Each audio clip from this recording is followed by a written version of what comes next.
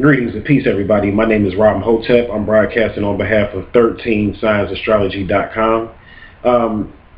I did a lot of videos, but I've never covered the topic of atheism. I've never covered the topic of atheism and basically my views and opinions on atheism and pretty much what do I think about it. I've never really covered this topic. I have done a lot of videos on religious people, on not really religious people, but talking about religions in general and going into some of their history and, you know, how they were set up and things of this nature. I've talked a little bit about this information, but I've never covered atheism, and I think it's important that I cover atheism because, I mean, you got a lot of these atheist cats, and I have a problem with this, and I guess I'm going to play devil's advocate. You know what I'm saying? You got a lot of these atheist cats, right? And they call themselves atheists, and they go around picking on religious people based upon the principle of belief. That's pretty much what most atheists have a problem with, is the fact that religious people believe in something. Just the fact that they believe in something. So the atheists will, you know, the ignorant atheists will come at the master magician and attack the master magician because the master magician prescribes to the doctrine of belief. Prescribes to the doctrine of belief, and the master magician will get attacked for this. And I've had a lot of I've had a lot of attacks from atheists, and it's funny, you know what I'm saying? It's funny because they all come with the same thing. They're philosophers. Like, atheists are philosophers, and philosophy, if you look up the word philosophy, philosophy means the opinions of men. So basically, atheists are nothing but men and women with opinions, and they ask for proof, but proof is basically subject to what you will believe or what you will accept, which is still a belief. So you say, prove the existence of God. This is what the atheist says. Prove God exists. Prove it right now. And proof, like I said, is based on what they will accept or believe. So they attack the religious person, and they say that the religious person believes. And they attack them because of this belief, but yet still they ask for proof. And if the religious person was to give them proof, they would have to believe that proof. So they're still dealing in belief. They're still dealing in belief. So really, I don't respect most atheists because the ones that I've dealt with always come off as more like trying to attack somebody else's, I guess you could say someone else's belief system, or someone else's doctrine, and they don't have a doctrine of their own because, again, they're nothing but opinionated people. So they don't have a doctrine. They don't believe in anything. Atheists don't believe in anything. And that's cool, but they do believe in stuff. You know what I'm saying? They say they don't believe in anything with their lips, but they believe in stuff. They believe in stuff, and they trust in things, because there's no way that you can make it in the human existence without believing in something. Everybody believes in something. If you are in a relationship, you have to believe in your mate. So you call yourself an atheist, right? You're in a relationship. You have to believe in your mate. You have to believe and put faith into her word or his word. And you have to believe that they're going to do the things that they say that they're going to do with their lips. You have to put faith in that.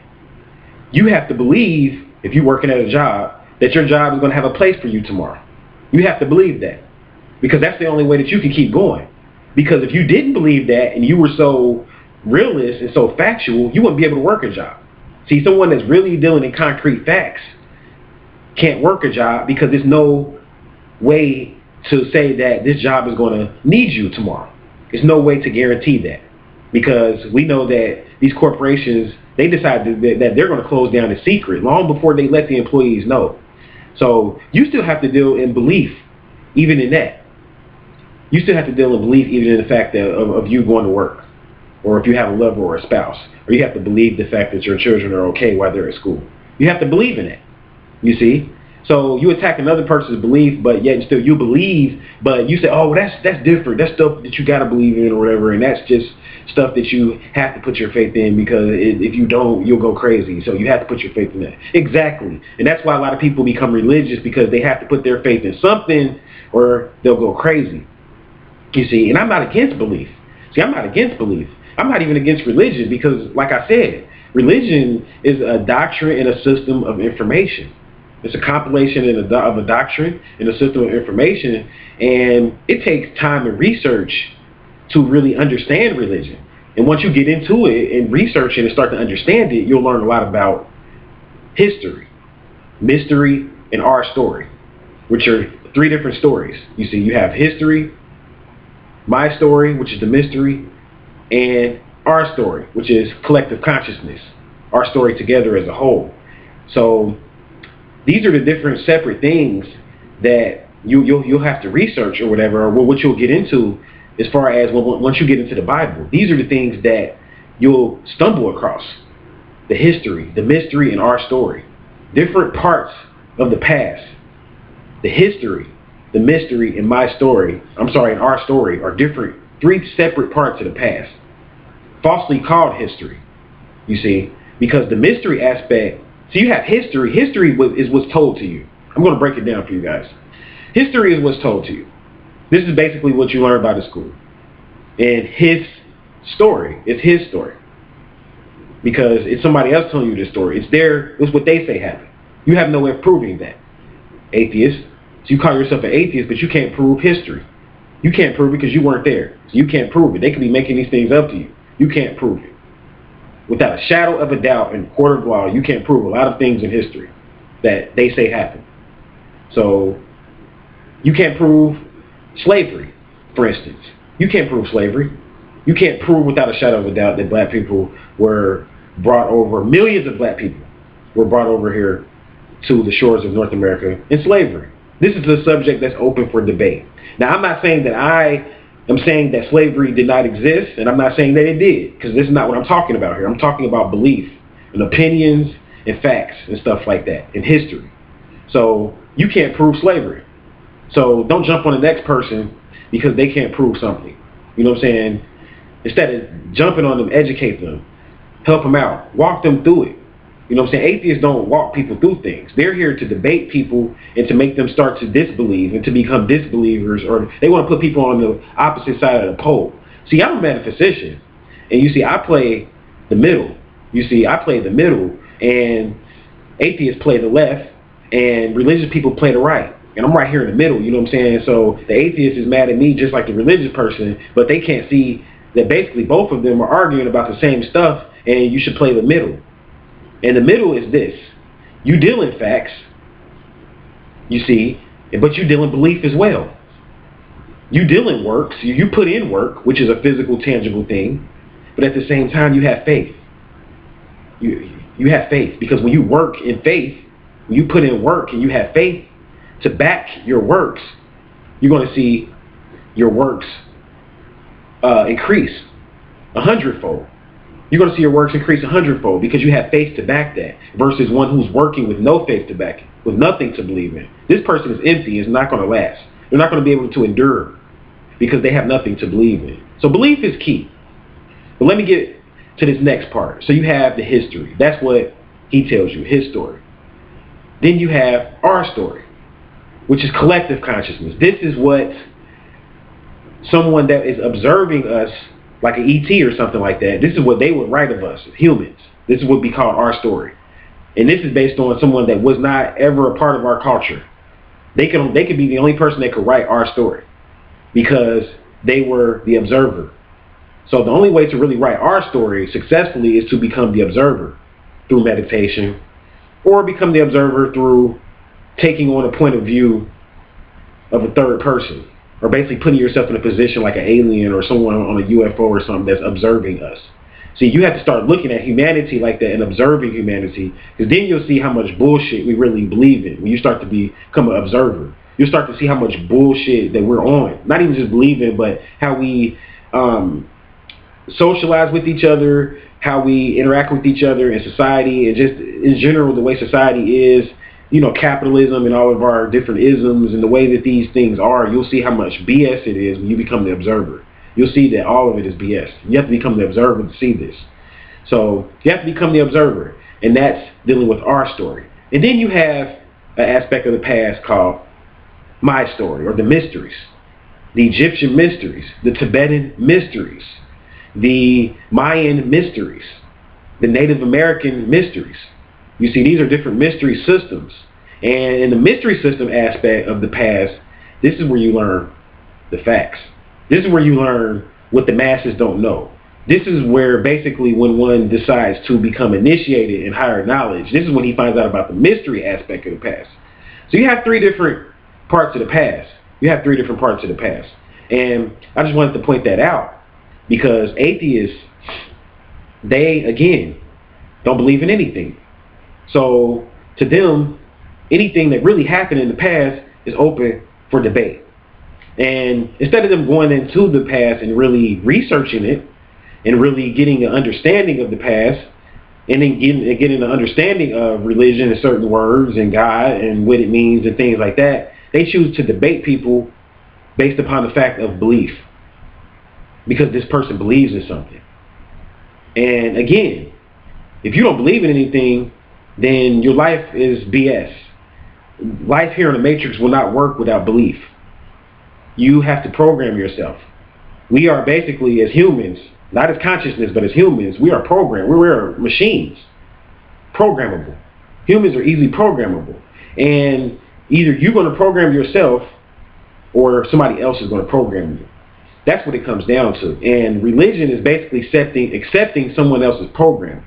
So I side with the atheists in the fact that a lot of religious people don't do enough research and they blindly follow their pastors, their imams, their bishops, their rabbis, their teachers, their gurus, you know what I'm saying, their babalaos, all of that.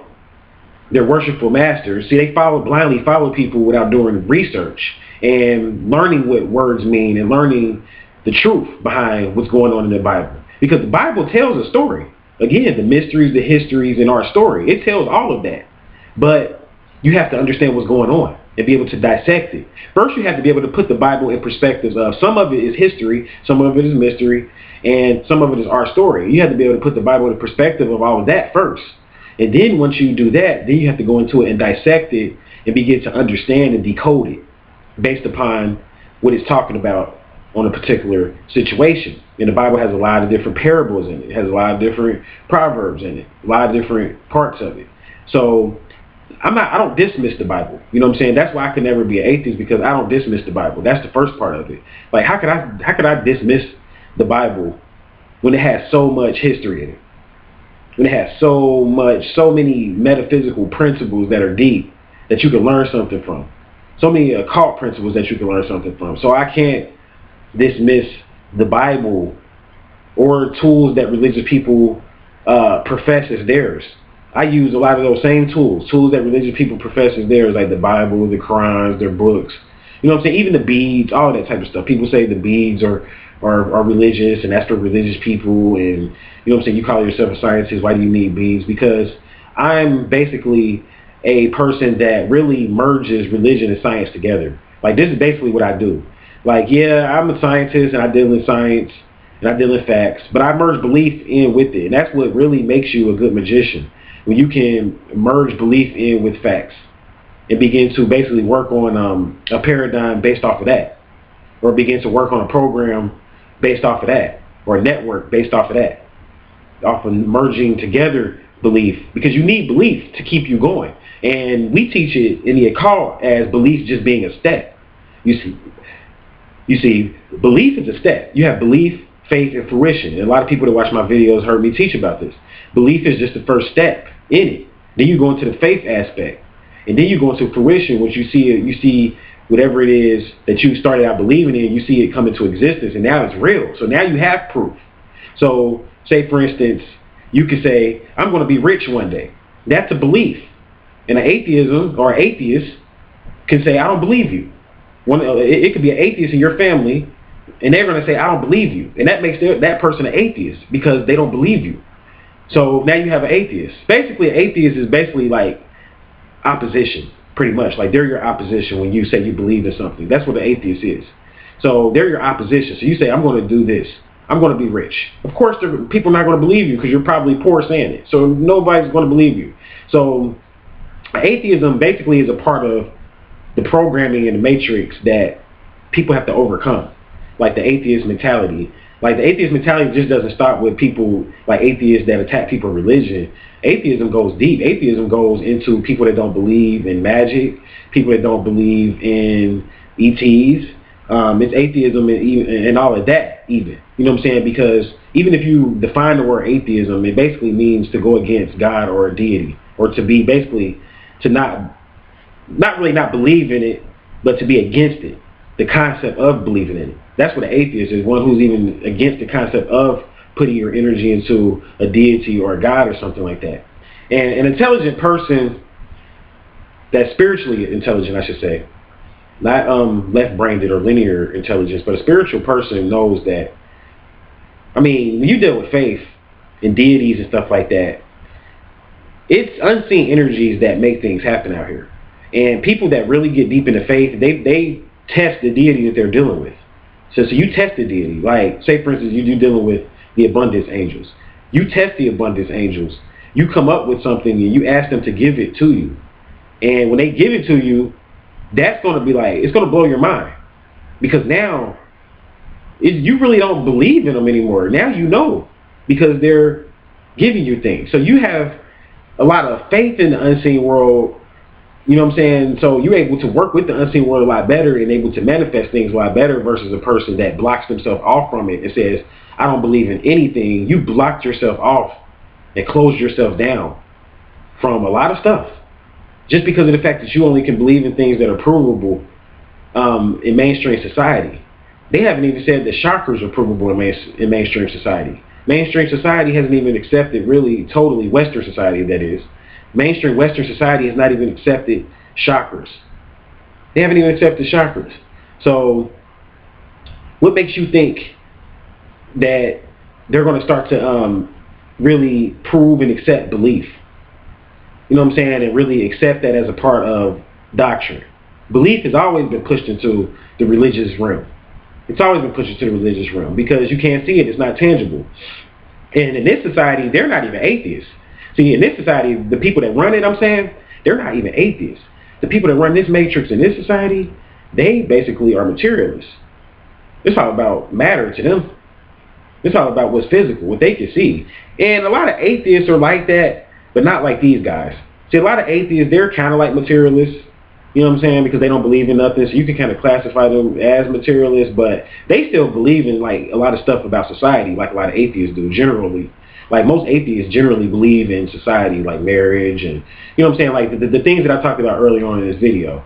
You know what I'm saying, like putting their faith into a woman and stuff like that. Like most atheists do that already.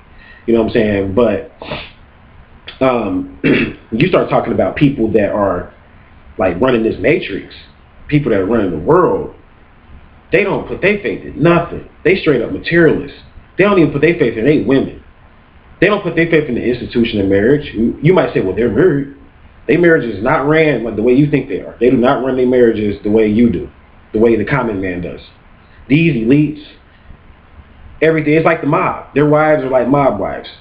They don't tell them anything. They basically don't give them any information because they deal strictly in material. Strictly. All they care about is the money. The material. Not even just the money, but just the material in general. That's all they care about. So that's the people that run the matrix or whatever. An atheist is not on that level. An atheist is not on that level because if they were, they wouldn't be able to be controlled. And atheism, the movement of atheism is controlled by the matrix just like every other movement. So that's what I'm pointing out basically here is that atheism just basically represents the opponent in the game. And the people that run the matrix control the whole damn thing. They control the whole damn boxing match, the whole damn soccer match, the whole damn tennis match. They control the whole damn game. The people that run the matrix. You know what I'm saying? And when you an atheist or you a religious person, y'all just fighting each other. And then you got the people like me or the teachers that are in the middle that try to basically help people, both sides, to see, look, you guys are fighting over the same thing. Why don't you stop fighting and look to the people, the owners, and look at them and basically look at them as being the manipulators. And look at them as being the ones that are manipulating you, the antagonists. It's the programmers of the Matrix. They are the antagonists. The ETs, the ones that you can't see, the ones that cannot be known. These are the people that are manipulating the matrix or whatever. So, so I could never be an atheist. I could never be an atheist. And another thing about atheism that I want to kind of point out here too is that atheism, like as far as the concept of the universe and how it got here, they prescribe to the Big Bang Theory. And this is key with me. Like when it comes to my universal principles, it's one thing to talk about God and deities and aliens and all that. But when you start talking about universal principles like astrology, these things are concrete. And in order for me to be a professor of astrology or one who professes astrology, I have to put my 100% faith into it, which means that I have to do a whole bunch of factual research in order for me to put my faith into it. You see, because I personally still am a factologist, because remember, I'm in the middle. So I can't even put my faith in something unless I have enough data and fact for myself. You know what I'm saying? And this is what I want to point out here before I go into the universal aspect of atheism. You have to, basically, belief is for you. The belief aspect. The belief aspect of what you believe in, that drives you. So that's for you. You know what I'm saying? So the factual aspect, you have to supply yourself with enough facts so that you will be convinced. So when you start talking about proving stuff, really you can't prove anything to anybody but yourself. So you prove it to yourself so that you will have enough information to believe further in, to go deeper in. Because even when you prove it to yourself to a certain extent, it's still going to be a missing gray area. It's still going to be a gray area. It's like you may prove to yourself that you can drive that car, but you know deep down inside you don't know everything about that car because you're not a mechanic. You can't get up under that car and fix it. So that means that you still have to deal with a certain level of faith and belief to even operate a car because you don't know everything about it. So to put your energy into it and operate it, you have to deal with a level of faith and belief to deal with that. You see, so that's basically how it goes or whatever. Now, on a universal level, when you start talking about on a universal level, the atheists believe in the Big Bang Theory. They believe that all this is coincidence. They believe coincidences. Come on, coincidences? Yeah, that's what they believe in. So they basically believe that all these events that took place in the universe are random. And when you study the universe, you'll see that nothing random happens in the universe. No coincidence. Coincidences aren't the norm in the universe. This is what I always teach people. Coincidences aren't the norm in the universe. And if they were, then they would be occurring on a regular, continuous basis. So accidents, for instance. Accidents are coincidences. Accidents aren't the norm in the universe. The universe has no accidents. The universe has actually a self-correcting mechanism on it so that it cannot have any accidents. So even crashes and things like this that happen in the universe, when you hear about planets crashing and meteorites crashing into planets, these aren't accidents. They'll self-correct it. The universe can self-correct itself. So the destruction becomes a part of the plan. See, this is how the universe functions this is like on a multi-dimensional level the way the universe functions. It's about 144 dimensions and the universe is functioning on all of them. So you can't understand correcting mistakes and stuff like that because you can't think on a universal level. But the universe is complete, whole, and perfect. It is. So it's no mistakes and it's no accidents and there's no coincidences, and the Big Bang is really a part of a cycle. See, there was no one Big Bang that created all of this. It's a cycle of Big Bangs. The Big Bang is cyclic. When you start talking about the Big Bang, that's cyclic. It happens on a cycle. So there's a system of Big Bangs to come about, to bring the universe about. And still, the universe is still being brought about. This is the thing that a lot of people don't realize too, is that the universe is still being brought about. The universe isn't finished. It's complete in the sense that it's always complete in every level, but it can still go up in levels, meaning that, yeah, it's perfect in that state where it's at now, but it still has to grow. The universe is about growth. So its perfection is based on it growing, which means that the universe is still hasn't reached, like when you talk about growth, it's different parts of growth. It's the beginning of growth, the middle of growth, and then the decline of growth. And the universe hasn't reached its decline yet of growth. The universe is still on the incline. It's still climbing, so it's still new. You see, it might be some trillions of years old. The universe is approximately, according to metaphysicians, 76 trillion years old or older. It might be that old, but it's still growing. It's still growing. And that's based on linear time even too. And that's a lot to even get into here, because when you start talking about the universe being an age, that's based on linear time. So that's really based on space and how big it is. When you say it's 76 trillion years old, that's how many events have happened. Based on the growth of the universe, it's still growing based on the space and the size of it. Remember, time is measured by space. Time is space. So Yeah, I mean, I know I went on, and I talked about a lot of information here, and some of it was random, but this is basically what the universe put on my heart to talk about, as far as in this atheism video. So I don't prepare any notes and things like that when I do these videos. I just basically go off what's in my heart, and it's just a lot of information that I had to get out on the atheism thing. I mean, because the atheists, like I said, they don't have any facts and proof on the fact that belief isn't real. It doesn't work. They don't have any data to support that belief doesn't work. So how can they go around beating up people that believe in things? So I just wanted to kind of play devil's advocate, you know what I'm saying, for the religious people out there that have atheism stalking them. I just want you guys to know they stalk me too. You know what I'm saying? They mess with me too, because I'm a magician, and you have to deal in belief, because magic is all about believing in yourself. And magic won't work if you don't believe in yourself, because you are the master of your magical ceremony. You are the head magician when you work your rituals, and if you don't believe in yourself, it doesn't work. It simply does not work. So an atheist can never really be a good magician. An atheist and one who doesn't believe in an entity can never be a good magician. And I can never be a good atheist, because I believe. I know the first step is belief. And I always work that system. You see, I know the system. And I always work the system. And atheists can only attack people that don't know the system, that get stuck in belief. See, they attack the people that are stuck on belief. And you shouldn't be stuck in your belief. Even if you believe in Jesus. This goes for whatever you believe in, whoever's watching this video still. Because a lot of people probably cut it off by now. But if you're still watching this video, this goes for whatever you believe in. If you believe in Jesus, then you don't get stuck on the belief part. You go into the faith part, which is faith without works is what? Dead, according to the Bible. See, the Bible teaches all of these principles I'm teaching. So you go into the faith part, which is the work part, putting in the work of what you believe in, putting in the work into what you believe in to bring it into what? Fruition. So you have belief, faith, and fruition. So you work it out. If you believe in Jesus, you make him real in your life. You know what I'm saying? This is why, like, you know what I'm saying, I don't agree with everything that Creflo Dollar, Eddie Long, and a lot of these pimps / bishops that pimp the people, but they put their faith into it. This is what they do. They put their all into what they believe in. They believe in Jesus, and they put their faith into it. And I respect that. I respect belief. You know what I'm saying? That's basically what I'm pointing out. I respect belief. You know what I'm saying? I don't respect the person that goes around arguing with people based upon the fact that they believe in something and they just want to make them stop believing in it. I don't even respect people that kill people's dreams when a person says they're going to be rich and they say, no, you're not. Now, you can say, well, what are you doing to become rich? Are you doing this, that, and that, and maybe supply some facts? But to just say that it's not going to happen because you don't believe in it, or because you basically not because you don't believe in it, because you want to make that person not believe in it, is bullcrap. And people shouldn't do that.